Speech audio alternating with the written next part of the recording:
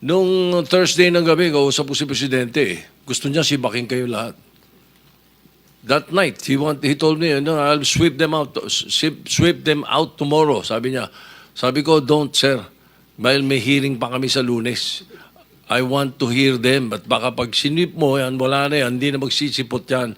And this information that you are giving us now and that we are unearthing will help the committee in formulating a law. Sa PCAB po, pwede yung may tanong sa PCAB. Sir, meron pong ano, no? May nabanggit po si Senator Lacson, no? Na lumabas. Na yung pong yung sa PCAB yung license sa accreditation for sale, no? Para lang ma-clarify niyo rin po, no? I know that you have to maintain your integrity. Kayo po nag-accredit sa lahat ng mga contractors, no? Kung triple A man to, quadruple. Pero may mga aligasyon na lumabas na may accreditation for sale. Salamat sa impormasyon na isinawalat ni Senator Lacson kung saan umaabot sa 2 million umano ang hiningi para sa makapasa ang aplikasyon. So, ang tanong ko lang po ay may nakarating din po sa aking impormasyon, Mr. Chair, na meron po talaga license for sale sa PCAB. Kaya nga daw po, yung ED ay kaya magbigay ng quadruple A category sa kahit na sinong contractor for a price, no? Ito po ay informasyon lang. Ay kayo po ibibigyan natin ng pagkakataon para po ito'y sagutin para ma-clarify din po. Package deal daw po ito. Yung ED daw po ang bahala sa requirements at experience ng contractor para mabigyan ng mataas na category. So, yun lang po. Would you confirm or deny? Sir? Your Honor, we have tried our best to institute safeguards at PCAB, but we accept that it is not foolproof. And we will conduct a very thorough investigation regarding this because these are serious allegations. In fact, Your Honor, during the board meeting of SIAP last Friday, there was a resolution to the effect that it will be a third party that will be investigating PCAB regarding these allegations. For context, Your Honor, I have actually taken the cudgels of computerizing PCAB from end to end. And however, I know that there is no foolproof system and that it will always be a cat and mouse game. No? And so before, when PCAB was done, when licensing was done manually, it was easy to spot the fixers because they were just on the ground floor of the executive building. Right now, everything goes along the electronic highway. And so catching them would require really, people who also are very good at computer technology. So what I can assure you, Your Honor, is that we will be conducting a thorough, exhaustive investigation and let the chips fall where they may. And not only PCAB will do its internal investigation because it might appear to be self-serving, but SIAP itself, has already issued a board resolution stating that a third party will be investigating PCAB. Thank you, Your Honor. Nabanggit din po kasi, Ginilakay, no, na yung pong si Atty. Matienzo bilang ED sa PCAB, doon daw po madami ang nag-level up yung mga category, no, ng mga malalaking construction firms. So, can we provide information kung meron ho kayo ngayon, kung masagot nyo po ngayon, sa panahon na yon na binabanggit, nung naupo si Atty. Matienzo bilang ED ng PCAB, ilan po ba ang nabigyan ng AAA at ilan ang nabigyan ng quadruple A category? We would want to get that information, Mr. Chair. Andiyan ba si Mr. Atty. Matienzo, ikaw yung rito, ikaw yung binabanggit. Sen. JP, maybe you may want to request him to just submit documents as to how much, what is the number of triple A, quadruple A, and the other categories of licenses for to economize time. Yes, sir. I will submit po Yes. all the details po. O, para ma-clarify din, kasi kayo yung binabanggit dito, no, according to our information. In the same manner, Mr. Chair, natanong na natin sila, Ms. Diskaya, doon po sa kanila pong mga kumpanya na nai-registro na tinanong ng ating minority leader, sa aking pagkakalam, dapat sa PICAB, talagang yung track record, no? It seems na mukhang, license lang ang ginagamit at hindi track record para makakuha. So, do you have meron ba tayong proseso para ma-verify yung kanila pong performance ng PICAB? Actually, Mr. Chair, as it was mentioned a while ago in previous questions, the performance of the contractor is measured by CPS, which is actually under the ambit of the GPPB, and I actually appreciate very much earlier that GPPB will be called in subsequent hearings to actually, shed light, because procurement is a GPPB issue, sir. Thank you. Mr. Chair, may I interject with the indulgence of the gentleman from San Juan? Mr. Chair, I was the head of the PICAB is saying na magsasagawa sa ng investigasyon. Ano pa ang kredibilidad ninyong gumawa ng investigasyon, Mr. Chair? Kung kayo mismo, mga board of directors nyo, mga kontratista, may mga kontrata sa gobyerno, ikaw, may proyekto, may contractor ka din, do sinasabi mo kanina, wala kang proyekto sa gobyerno. How can you do that? Mr. Chair, pinagluloko tayo ng mga ito. I mean, Board of Directors na Contractors Accreditation Board, and then kayo mismo ang mga contractor? How can you do it? Paano nyo bantayan ang sarili ninyo?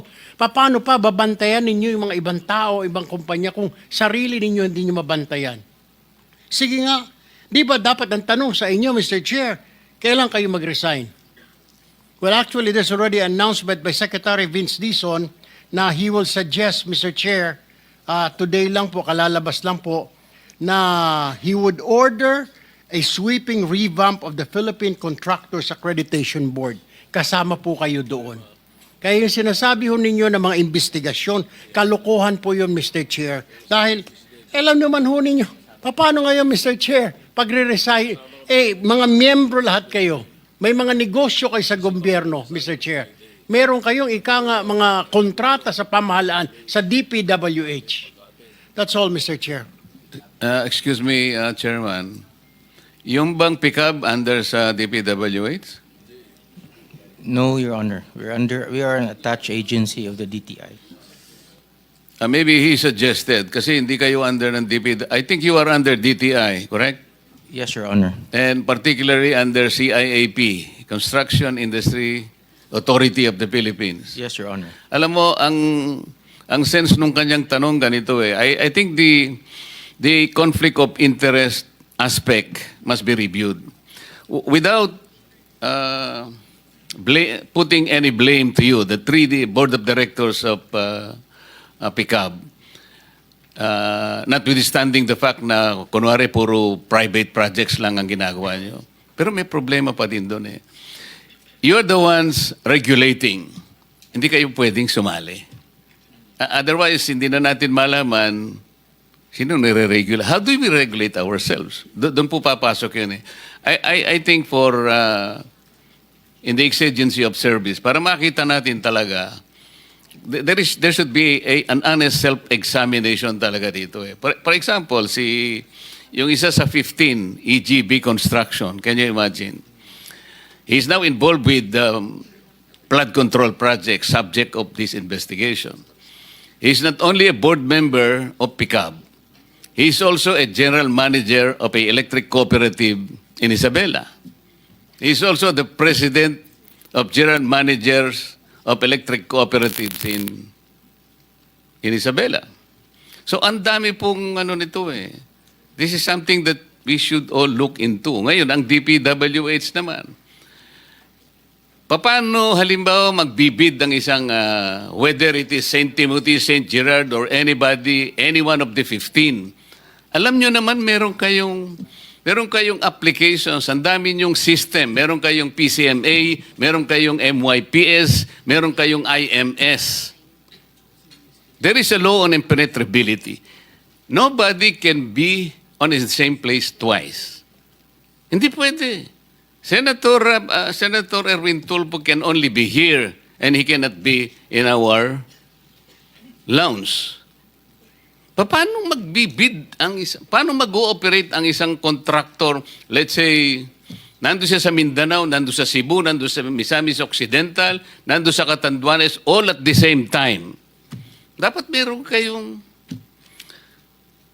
Tapos ka na... Sino yung susunod? Senator...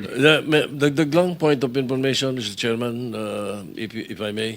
Just to add to the discussion, kasi that is precisely the result. We are hoping that that is precisely will be the result of your committee. The legislation that we need to do with PICAB. We need to overhaul PICAB, perhaps look into the CIAP, and see if it is really should be under the DTI. So, itong mga lumalabas na ito, kaya nga importante po itong hearing ninyo, and I will full disclosure, Nung Thursday ng gabi, kausap ko si Presidente, gusto niya sibaking kayo lahat. That night, he told me, I'll sweep them out tomorrow, sabi niya. Sabi ko, don't, sir. Dahil may hearing pa kami sa Lunes. I want to hear them. But baka pag sinip mo yan, wala na yan, hindi na magsisipot yan. And this information that you are giving us now and that we are unearthing will help the committee in formulating a law. So, Minority Kaya, Leader, dapat pala magpasalamat sila sa atin at nandito pa talaga, sila. pasalamat pa kayo dahil kung walang hearing, sinibak na kayo ng Biyernes pa ni Presidente. Pero, siyempre may mga due process naman dyan, Senator, di ba? Hindi, appointee ng Presidente lahat yan From the digong to renewal Pwede silang alisin. Okay. Senator. Yes, Mr. Chair, thank you po.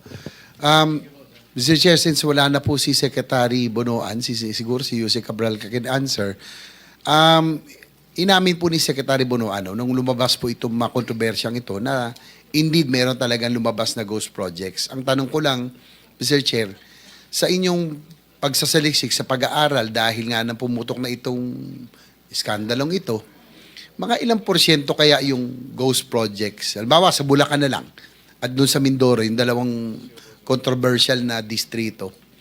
Out of all the projects, flood control projects, mga ilang porsyento ron ng ghost? Your Honor, Mr. Chair, sabi ko nga po kanina, nagpaikot na po yung Undersecretary namin for Technical Services ng mga QAU team sa lahat ng mga proyekto ng Region 3, 4A, 4B, 5 and 7 yata yung inuna. At yun po ang iniintay naming report kung ano po yung nakita nila based po dun sa listahan ng nakapublish po sa website o sumbong ng Pangulo na reported completed, Mr. Chair. So, i-follow up ko po kung ano nang nangyari dun sa, alam ko po, 50 teams po yung dineploy na comprising of 2 or 3 engineers kada team to go around these regions.